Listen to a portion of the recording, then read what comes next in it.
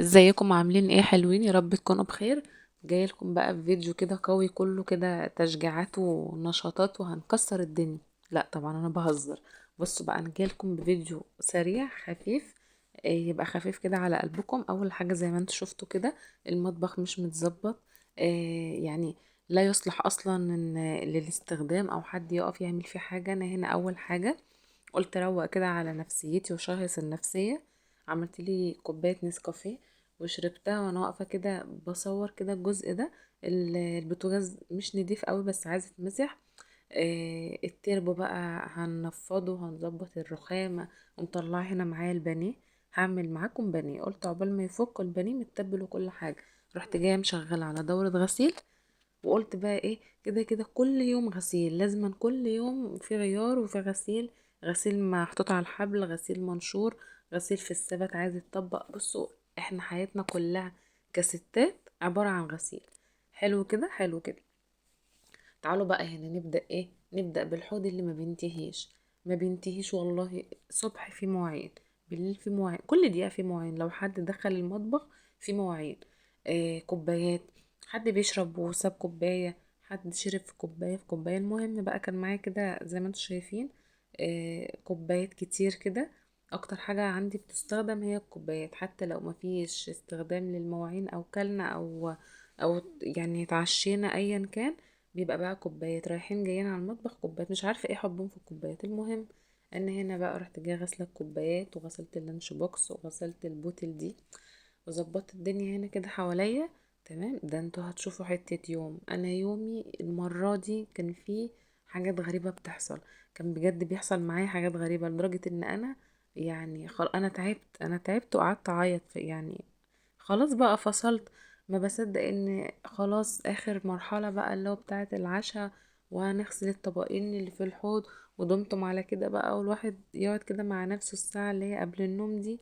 وخلاص الدنيا نضيفة حواليه، المطبخ نضيف. هيصحى بقى الصبح على رواقة. اكتر حاجة بحب انضفها قبل ما اخش انام هي المطبخ. طبعا الشقة اساسي، بس المطبخ ما بحبش اسيب فيه اي حاجة. قليل بقى لو يوم تعبانة بتاع. المهم انا هنا بقى خلاص غسلت المواعين وظبطت الدنيا. اخدكم بقى إيه النور عندي هنا كان قاطع، فالمهم شغلت الكشاف. بعد كده النور جه.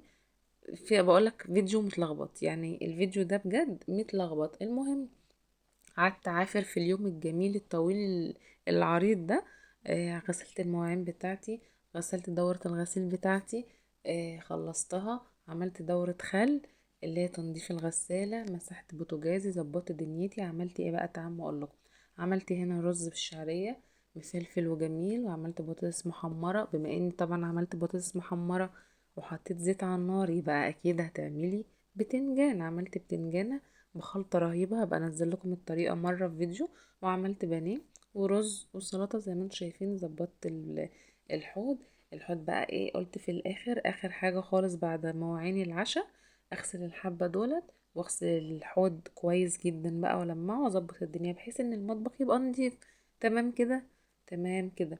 زي ما انتم شايفين كده كان خلاص باقي كمان ال- البوتاجاز. هلمعه بس تلميعة بسيطة ومعلقة على الشاي وخلاص هنطلع ناكل والدنيا زي الفل. وحلو يومي خلص على كده. تمام كده، تمام كده. لا استني، راحة فين؟ مش تمام كده ولا حاجة، هو لحد هنا يعني وتمام. كملوا بقى معايا الفيديو وشوفوا ايه اللي هيحصل. وايه اليوم اللي ما بيخلص ده، اليوم اللي انتوا شفتوه بسيط وخفيف. اليوم ده معايا مخلص بسهولة. الحمد لله، قدر الله ما شاء فعل. اي حاجة بتحصل بيبقى خير وما نعرفش يعني ربنا كان مخبلنا ايه او كاتب لنا ايه. واي حاجة ايا كان بتحصل ما تزعليش عليه. اه انا قعدت زعلت شوية واتضايقت. بس الحمد لله لما قعدت مع نفسي كده قلت الحمد لله، يعني انا احسن من غيري بكتير. بصوا بقى، عايزه اقول لكم على حاجه. البتنجان ده روعه. انا كل اللي يدوق البتنجان ده من ايدي لازم يقول لي انت عاملاه ازاي. ان شاء الله انزل لكم وصفه. هنا بقى خلاص كنا يعني وظبطت الدنيا بقى وغسلت الطبقين اللي باقيين وخلاص بقى. بمسح الغسالة على اساس ان انا يعني بروق عليها وعملت لها دورة بقى تنظيف بالخل والدنيا فل. طبعا كل ما ده بعمل التنظيفة دي، يعني مثلا كل اسبوع كل 10 ايام. مش بمسح الازاز، بمسح الازاز على طول. بس من جوه زي ما انتم شايفين الحتت اللي جوه دي بصوا بيخش لها تراب.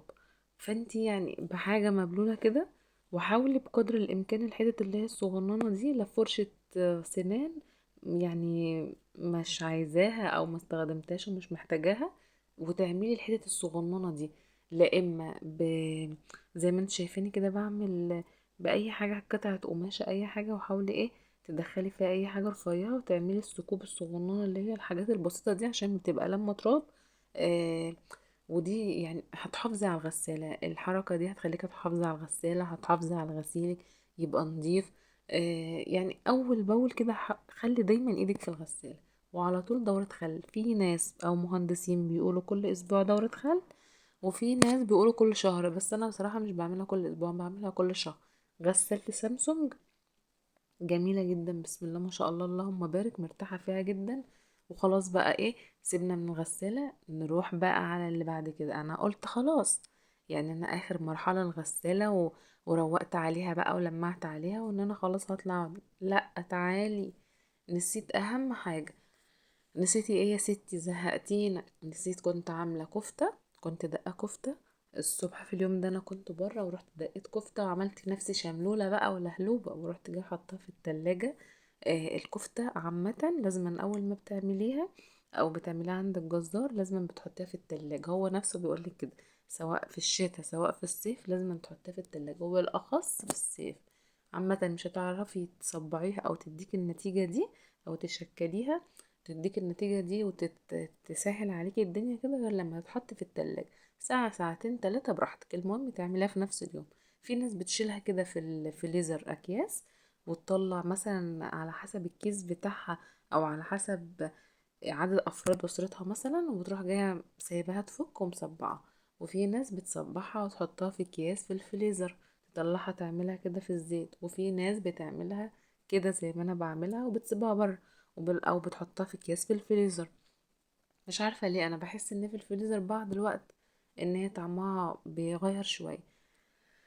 بس بصوا بقى، هقول لكم انا نسيت، فاضطريت طبعا ان انا لا ما تريحيش، قومي اعمليها، لازم تعمليها ولازم تخلصي حاجتك. المهم تعبت. جوزي بصراحه ربنا يبارك لي فيه ويخليهولي، لما لقاني خلاص تعبت ومش قادره اقوم واقعد، لازم أن الكفته دي بتبقى حد بيعملها وحد بيقليها كده، يعني حد بيشكلها وحد بيقلي.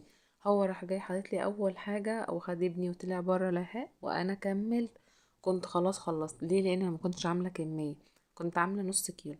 تمام كده، هو بسم الله ما شاء الله التاكل اصلا يعني كده ناشف، يعني نصه بس اللي انا عملته في الصلصه، اللي انا لحقته عملته في الصلصه عشان هم عندي في البيت بيحبوها كده. هنا بقى خلاص بصوا كنت بوريكم كده لما قليتها بقت جميله ازاي ولونها جميل كده. خلاص الحمد لله يومي خلص. الحمد لله كده يومي خلص. دخلت بقى عشان استريح، طلع دخلت على كارثه. ايه هي؟ والله العظيم والله العظيم زي ما بقول لكم كده، مفيش حد دخل المطبخ. المطبقيه زي ما انتم شايفين اول مره تحصل اصلا حاجه زي كده. شايفين الازاز؟ كوبايه، عايزه اقول لكم كوبايه من الكوبايات التخينه اللي انا كنت بغسلها اول الفيديو، يعني سبحان الله نزلت اتفرفتت وعملت صوت طرخ كأنه قنبله. احنا جرينا، احنا بقينا نقول هو في ايه اللي حصل. بصوا بقى، ونزلت كمان على الارض وبهدلت لي الدنيا زي ما انتم شايفين كده. بصوا بصوا بصوا، حمدت ربنا ان ما كانش في حد من العيال في اليوم دوت او في الوقت ده صاحي. خلاص كده وظبطت الدنيا وشلته وكنسته ونضفته وسيقت تاني. خلاص وفرشت على نظافة، سيقت عشان ما يبقاش في اليوم يخلص على كده. لا انت رايحه فين؟ ما يخلص. بصوا بقى، دخلت لقيت كارثة. بصوا بصوا بصوا بصوا بصوا، لقيت مية.